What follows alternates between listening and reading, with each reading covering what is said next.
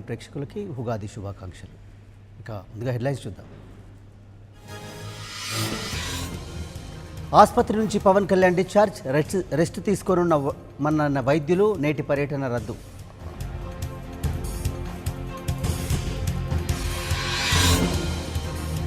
గుంటూరులో టీడీపీ నేతల భరితెగింపు, కారుతో ఢీకొట్టడంతో ఒకరు మృతి, 10 మందికి గాయాలు.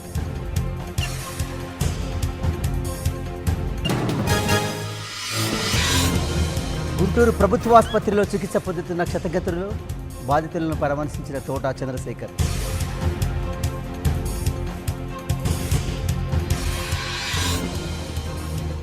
ఏపీలో హోరాహోరీగా ప్రచారం, నేతల మధ్య పేలుతున్న మాటల తూటాలు.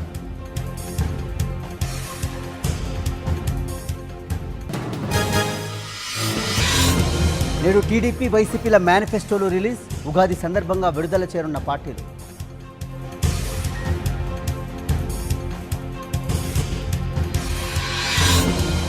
ఏపీపై కుట్రలు చేస్తున్న వారికి బుద్ధి చెప్పండి, రేపో మాపో తనను అరెస్ట్ చేస్తారన్న చంద్రబాబు.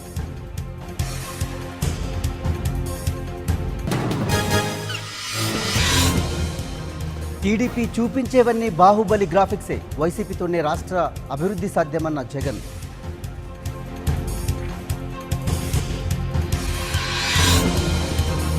5 లక్షల లోపు ఆదాయం ఉన్న వారికి హెల్త్ కార్డులు, ఖర్చు 1000 దాటితే ఉచిత వైద్యానికి జగన్ హామీ.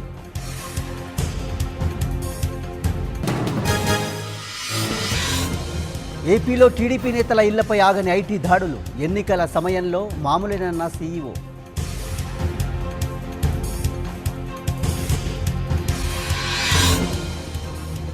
ఐటీ దాడులపై చంద్రబాబు ఆగ్రహం, మోదీ తీరుపై రాష్ట్ర వ్యాప్తంగా నిరసనలు.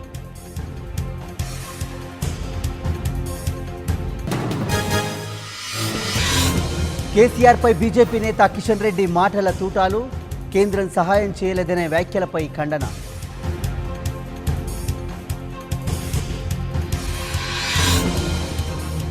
పునేటా స్థానంలో ఎల్వి సుబ్రహ్మణ్యం, ఇవాళ ఉదయం బాధ్యతల స్వీకరణ.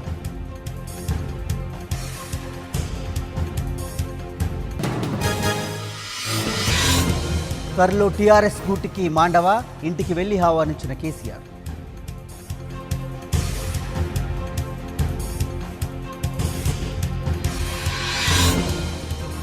బీజేపీకి 150 సీట్లు మించి రావు, ఢిల్లీని శాసిద్దామన్న కేటీఆర్.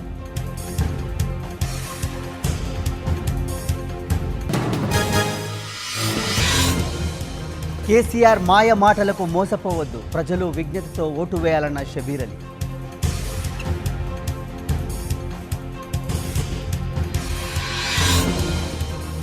టీఆర్ఎస్ అంటే తెలంగాణ ఇంటి పార్టీ, 5 ఏళ్లలో హామీలన్నీ పూర్తి చేశామన్న కవిత.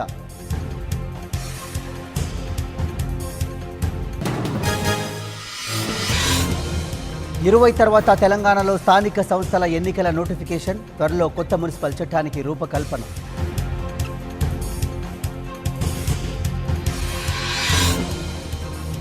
ఎన్నికల వేళ భారీగా పట్టుబడుతున్న నగదు, శ్రీకాకుళంలోని ఆర్టీసీ బస్సులో డబ్బు స్వాధీనం.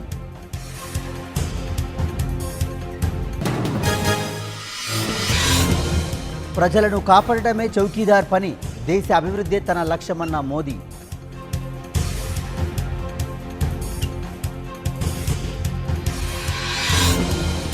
బీజేపీ గెలుపును ప్రజలు నిర్ణయించేశారు, వచ్చేది మోదీ సర్కారే అన్న అమిత్ షా.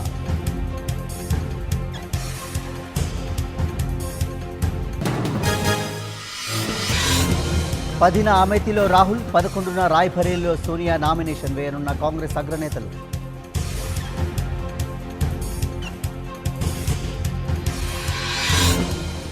నా ఫ్యామిలీని ఐటీ అధికారులు వేధిస్తున్నారు, కర్ణాటక సీఎం సంచలన వ్యాఖ్యలు.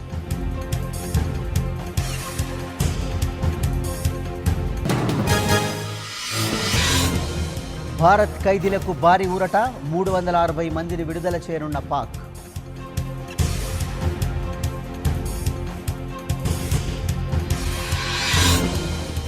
మెల్బోర్న్ కెమికల్ ఫ్యాక్టరీలో అగ్ని ప్రమాదం, భారీగా ఎగిసిపడుతున్న మంటలు.